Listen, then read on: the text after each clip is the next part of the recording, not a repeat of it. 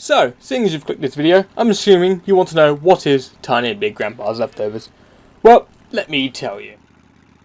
Tiny and Big Grandpa's Leftovers is a platform game that is available on PC. Now, it's your standard platform game, gets from point A to point B. However, what this game does differently is that you can actually destroy the environment around you. You have 3 tools available to do this. You have 1, the rocket. This allows you to shoot a rocket onto certain items and push it at an extreme speed, usually used to speed up the gameplay. That's the only use I found of it. Other than that, you can use the pull tool, which is tool number 2. Of course, it's for pulling. It's just a grapple hook, very standard. You right click and he will latch into an item. You move backwards, he'll pull the item down. And number 3 is the cutting tool. This is what is actually used to destroy the environment. You can chop, say, a rock into small pieces, and then you can either use the rocket to move the rocks, or you can pull each rock down. Very standard. This is how you will traverse the level from point A to point B. You know, this is a fairly interesting method of gameplay. However, I found that it was repetitive and I didn't actually enjoy it. Although the gameplay is very well done, and you got to give all the props to the development team, as they are an indie studio, I found that the gameplay was repetitive and it didn't keep me interested in the overall game. The same type of gameplay over and over is not that entertaining. Even in the first boss fight, the same type of gameplay will carry over. In the first boss fight, you fight Big, who's a little short guy who has magical underpants or something, and it's the same sort of gameplay. You cut it and then you destroy the ledge under him and he falls down, and then you repeat.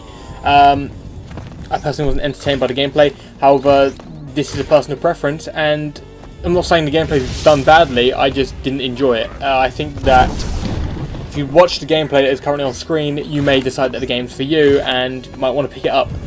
Personally, I didn't like it. That's my opinion, but it's I know that some people would find it entertaining. I personally would not. Along with the platforming and the destructible environment, there are also collectibles. Now, you collect rocks. Personally, I didn't find out what they did because I didn't care enough, in all fairness. You know, on every single level there's a bunch of rocks, and you collect, say, I don't know, 10, 20 of them per level, and then something might happen, I'm not really sure. However, I think this is just for like a score, I'm not really sure. One thing that you can collect, which is interesting though, is the music. Basically, you find like tapes or CDs or something, I'm not really sure. You find music tracks in the level, and once you collect them, the music actually starts playing, and the music in the game is very well done. I don't know if it's an original soundtrack. If it is, it's pretty good. If not, it's still good music and it still fits the game quite well. Even if it's licensed, who cares, it's still a good soundtrack. So that's one good thing about the game.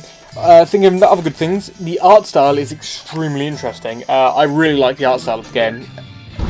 It's very cartoony, and it's like the perfect mix of cartoon and creep. That's the only way I can put it. It's kind of creepy and cartoony at the same time.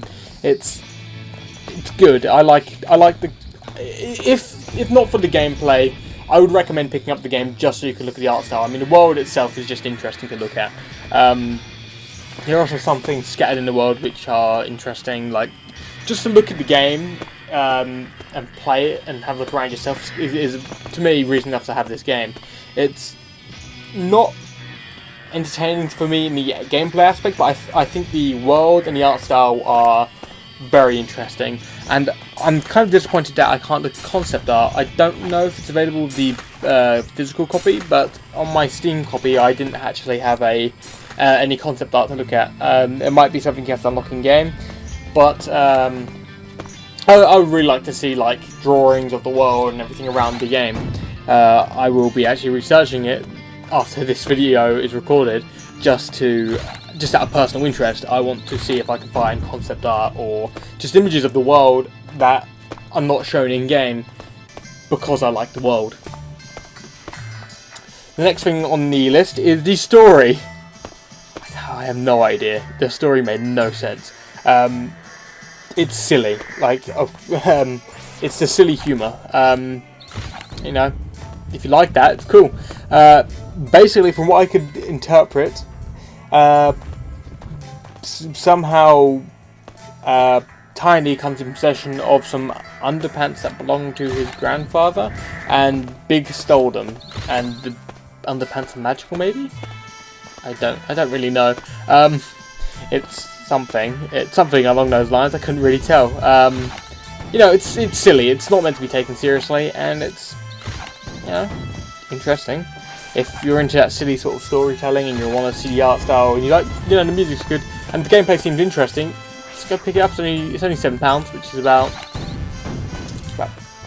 $4 or $5. That's not a lot of money for a few hours of entertainment. That's a good price. If you want to buy it, you can go to their website, which is in the description, where you'll be linked to 4 websites. There's Amazon, Good Old Game, which is goo.gl, and Steam, and another game service I haven't heard of. However, that might be because it's American. Don't know. But personally, this game's not for me. But I could see why others would enjoy it. Okay, thanks for watching.